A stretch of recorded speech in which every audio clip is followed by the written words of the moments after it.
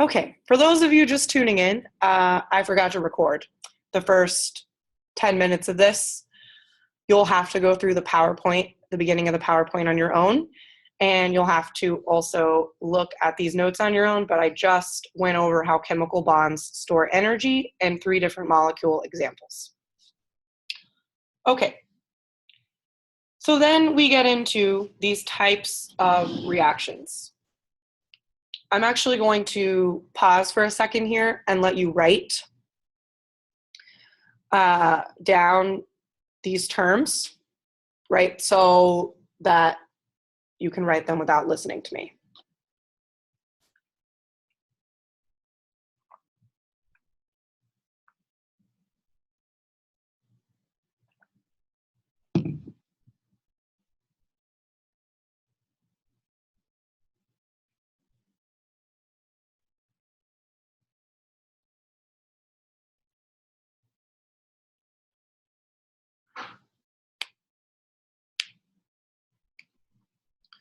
And for those of you who are watching the recording, I'll just briefly talk about what I already mentioned while people are writing this down.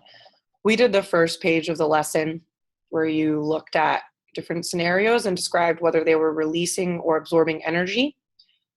We reviewed the law of conservation of energy, which is that energy is never created or destroyed, it's only transferred. And then we started talking about this chemical bond energy relationship, right? Chemical bonds store energy. Breaking those bonds is a way for us to release energy. And now we're going to start talking about reactions, exothermic versus endothermic.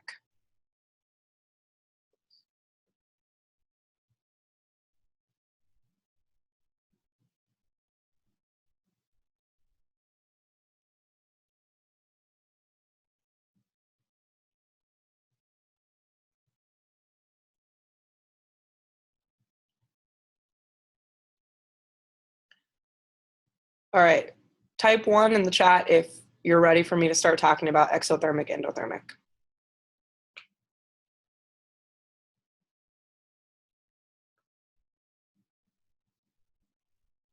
Okay.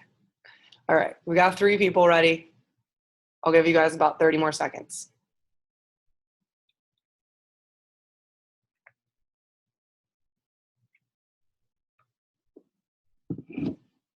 Okay, so exothermic and endothermic, right? These might also be review. I know a lot of you guys learned about these in middle school, right? But again, they're vocab terms. You may or may not remember them. That's fine. Exothermic, I like to think of it like exit. Something's releasing, something's moving away and out, right? This is a net release of energy in an exothermic reaction. What that means is that more bonds are broken here than are made, right? On the chemical level, that's what that means. More bonds are broken, more energy is released than is used to create bonds, right? Because if chemical bonds store energy, breaking them releases energy. We need energy to build them, right? To build a molecule requires energy. Endothermic reactions, you could think into, kind of sounds the same. A net absorption of energy. Energy is absorbed. More bonds are made than are broken. So that means that in terms of reactions where we can actually like touch them, right? An exothermic reaction will feel hot. An endothermic reaction will feel cold. Right now, what's interesting is the other signs of chemical reactions like bubbling and odor and all those types of things, they could be in any kind of reaction. So just because something's bubbling does not mean that it's releasing heat, which is a hard concept to think about because we're used to boiling, right? We're used to seeing bubbling related with heat. Endothermic reactions such as baking soda and vinegar, right? If you've ever done that reaction, that's actually an endothermic reaction. The reaction gets colder, but there's tons of bubbling going on there. So bubbling does not necessarily mean heat. They gave 2 examples in the lesson here, which we'll take a little look at for a second. Oops, that's the wrong one. Okay. So they give us these definitions: net release of energy, net absorption of energy, blah, blah, blah, blah, blah, blah, blah, blah, blah. Okay, exothermic reactions, right? their example that they give here is the rusting of metal, which is a combustion reaction between iron and oxygen, which means that it's exothermic, right? However, this is something that happens really slowly. So when you see something rusting, it takes days or at least hours. Heat slowly being released over time. You would never touch rusting and be like, well, this feels warm, it must be exothermic, right? So again, this is one of those ones where we wouldn't really be able to tell from touching it, for example. But that doesn't mean that it's not exothermic. The way they figured that out actually is they wrote out the reaction, right? So endothermic reactions, the example that they give here is photosynthesis, right? Which is the process that plants use to create sugar from sunlight. They're synthesizing sugar. To build something as complex as sugar, which by the way is a pretty complex molecule. I'm gonna write it here and I'll show it to you in a second.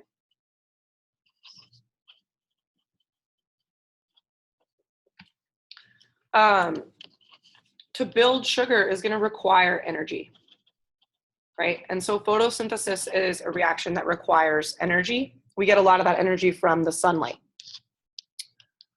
Okay, this is the part that I'm not gonna go over in the lesson because it's review. If you know it already, good. If you don't, just go back, review, make sure you know what the terms are. I would basically just have the terms written down. That's pretty much all you need to know.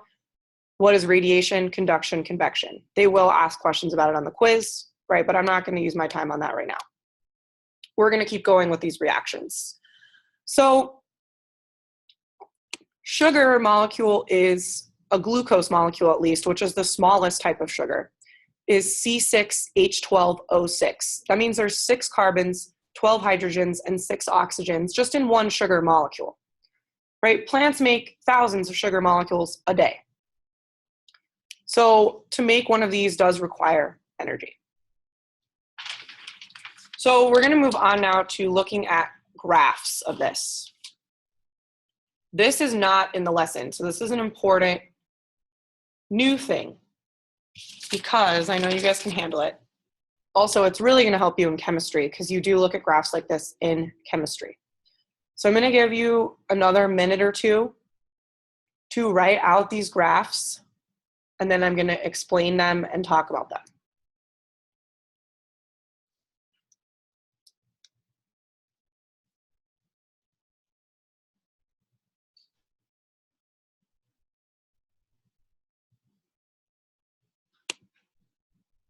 Oh, I can make this huge. That's cool. Okay.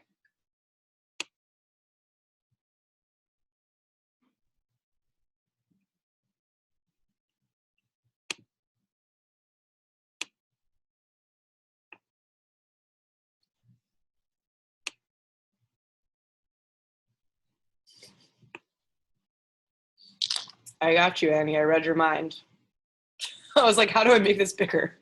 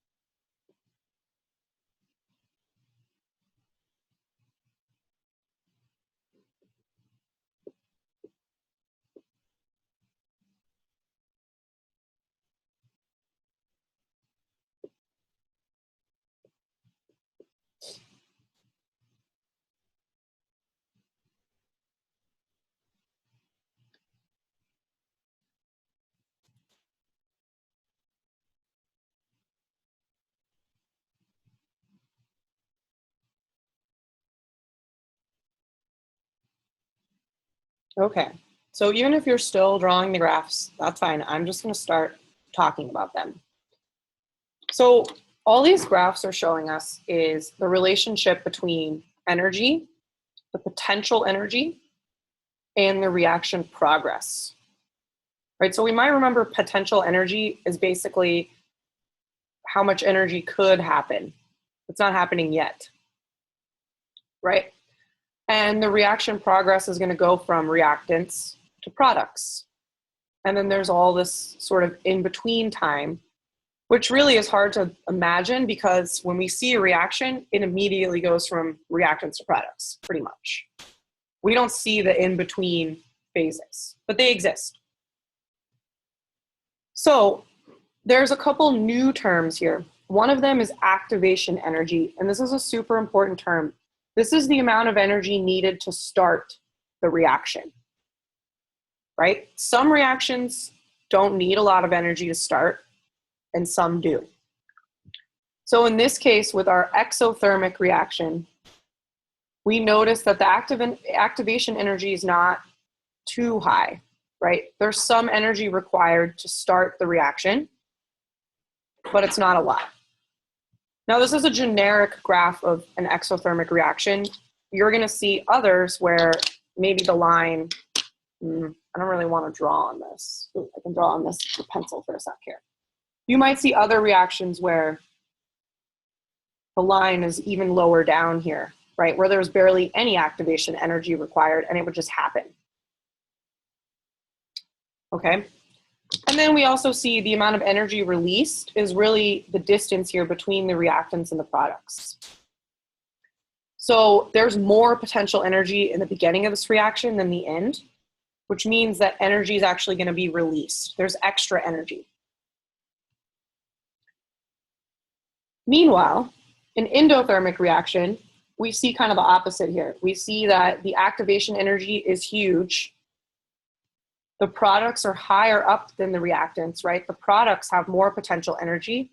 That's because we've stored energy in the bonds, right? We've made more bonds than we've broken.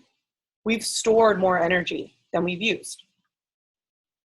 So energy is actually absorbed here, right? It says energy released, but we'll notice it's actually basically part of the activation energy. So it's actually energy that is absorbed. It was a little confusing to think about, but it's true. So the problem here is, great, reactions happen. We want them to be faster, right? We always want them to be faster because especially endothermic reactions in the body, right, such as photosynthesis that we talked about before, plants making bonds, right, creating sugars. If we want this reaction to happen naturally, it's going to take, it would happen, but it's going to take weeks, right? Maybe not weeks, but it would take days. We want this to happen in seconds. So how can we do that, right? Well, thankfully, there's these awesome molecules called catalysts or enzymes. So catalysts, it's the chemistry term. Enzyme is the biology term, but they're basically the same thing. They lower the activation energy of a reaction. So this line that I drew here saying, oh, you might see reactions like that. Well, that could actually be the result if we added in an enzyme. So if we add an enzyme or a catalyst to the reaction, we can get rid of that activation energy, or we can almost lower it so that it's barely any, so that the reaction will happen quicker. Right? Then the reactants don't have to climb this steep hill of energy. They just go whoop, and then immediately become the products. Same thing can happen with our endothermic reaction. An enzyme would just make that hill less steep so that the reaction could happen faster. So enzymes and catalysts both lower the activation energy, right? Which in turn, they speed up reactions.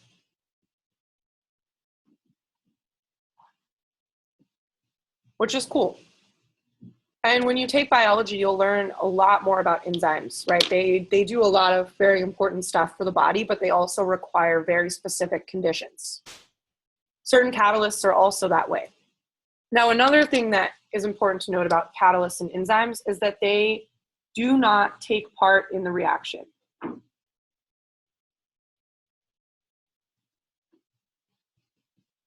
So when you add an enzyme or catalyst, it doesn't react or interfere with any of the molecules, right? What an enzyme essentially is it's kind of like a docking port where the reactants come together and meet, and they're forced to interact faster than they would normally.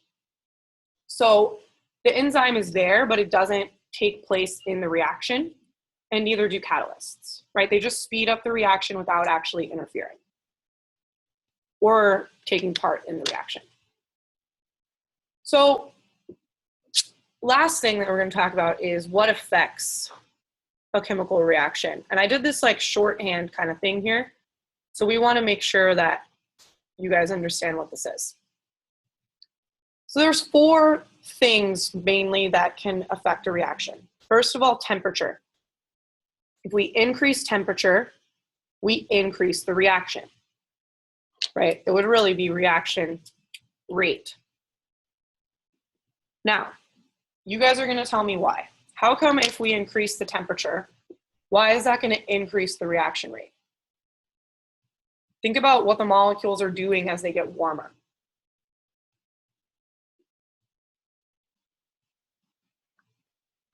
Molecules move faster. If molecules are moving faster, are they going to be interacting more?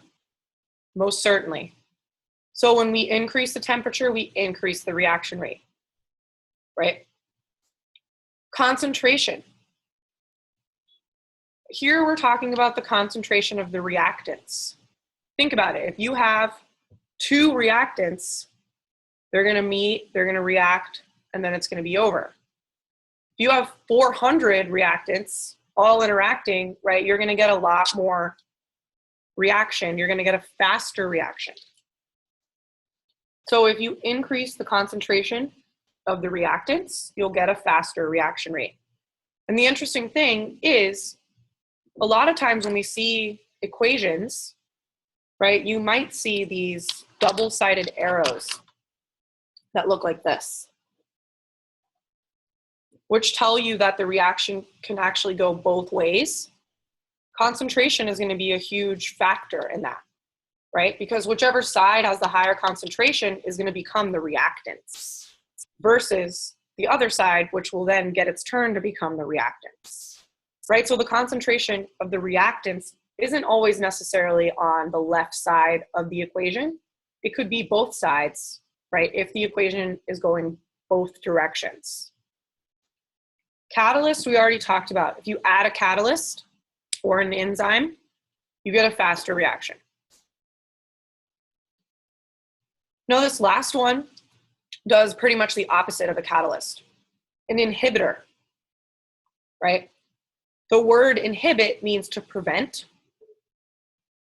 An inhibitor does exactly that. It slows the reaction down.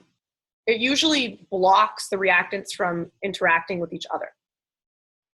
So if you add an inhibitor, you can slow down a reaction, right? Because you can imagine if there's situations where we want faster reactions, there might be situations where we want slower reactions. So as scientists, we can actually manipulate reactions here, making them faster or slower. It's much easier to make them faster, right? We have 3 options: raise the temperature, add more reactants, or add a catalyst. If we want to slow the reaction, we have to add an inhibitor. And not every reaction can be inhibited. Okay, that was a lot. I feel like I just talked for like 20 minutes in a row, nonstop. I get really passionate about reactions, clearly. So that is pretty much all that I wanted to cover here. And I do want to show you here on the Canvas lesson, right? It might be helpful just to read through this stuff again. Look at the notes, read through this.